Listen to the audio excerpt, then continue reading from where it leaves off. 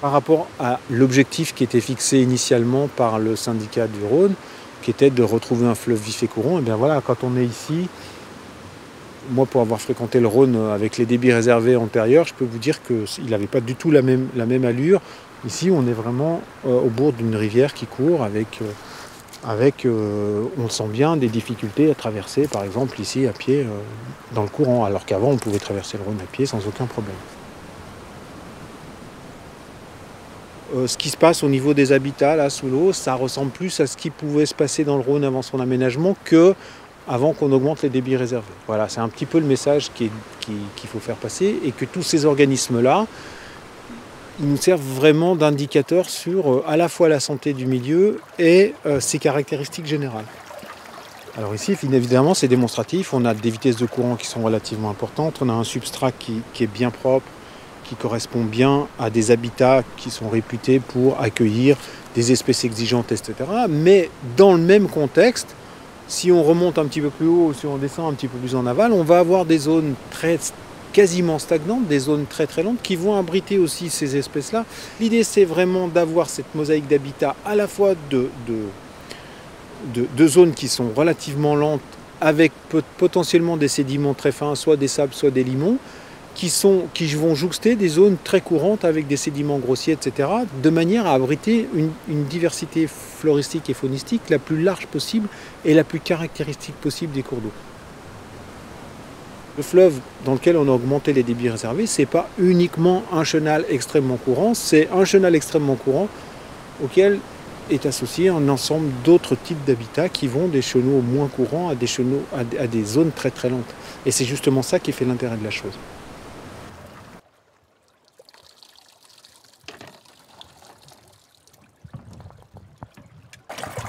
Donc là on élutrie en fait un maximum du substrat qui a été récolté avec le cylindre là-bas.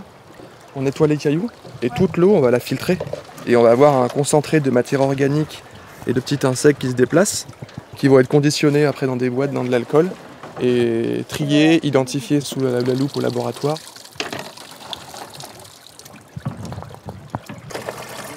Donc là le principe il est de séparer le substrat organique du substrat minéral.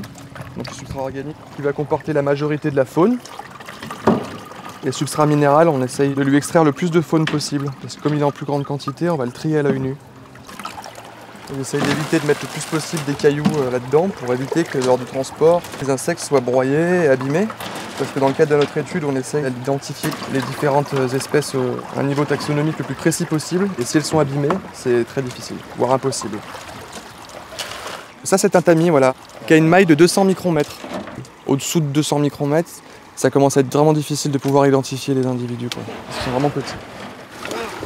Ça, c'est la partie qui a été nettoyée au pinceau par les filles qui ont enlevé le plus de gros cailloux possible. Ils mesurent derrière avec une planche un gabarit chaque gros caillou. Et on a des tables de conversion qui nous permettent de retrouver le poids des cailloux, la taille des cailloux, pour avoir un peu une idée du substrat qu'on a échantillonné.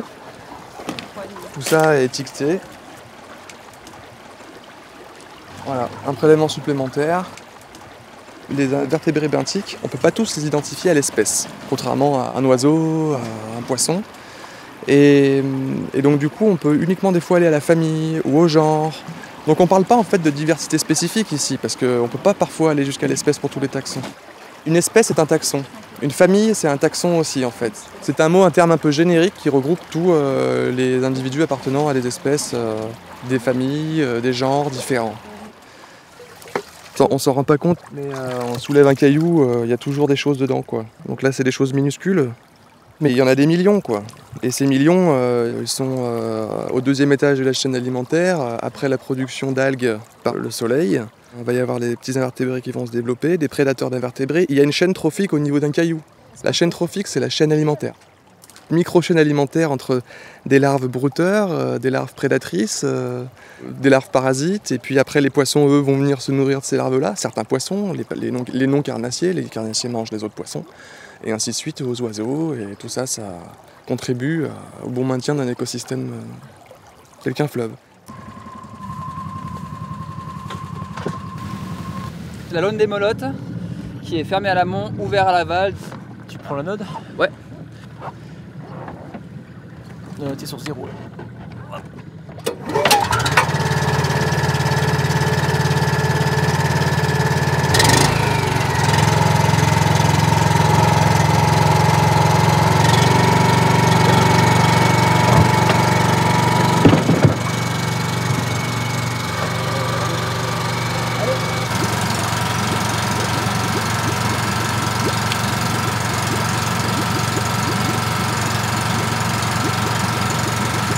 ça, ce qu'on fait, c'est qu'on va mesurer les poissons qu'on a pris sur le point. Donc un point, il ne faut pas qu'il soit trop long, faut pas qu'il soit trop étalé.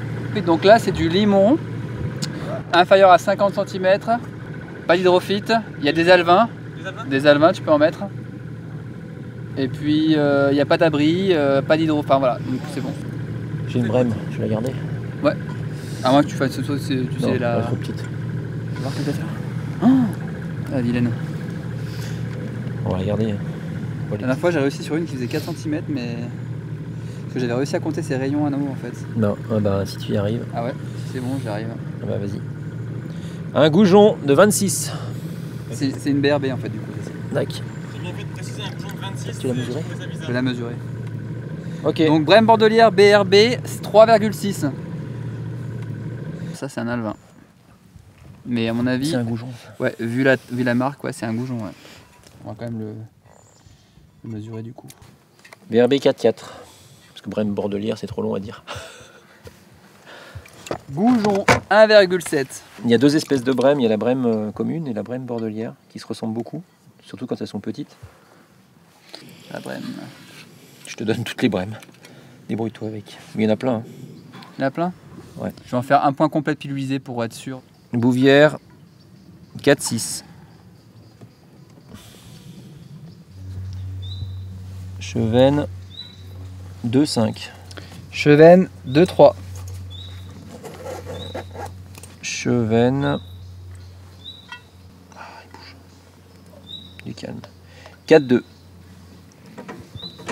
Et cette année, il y a je sais pas, il y a une bonne repro parce que. Il y a certaines launes où il y a beaucoup Oui. de brème. Beaucoup de brème, ouais.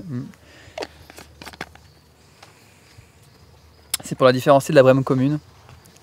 Quand tu es sur le terrain, là, je peux identifier, mais quand elles ont une certaine taille, c'est un peu compliqué quand même. Il y a un risque de se tromper et c'est quand même important d'avoir Bouvière 4. d'avoir les deux espèces bien distinctes.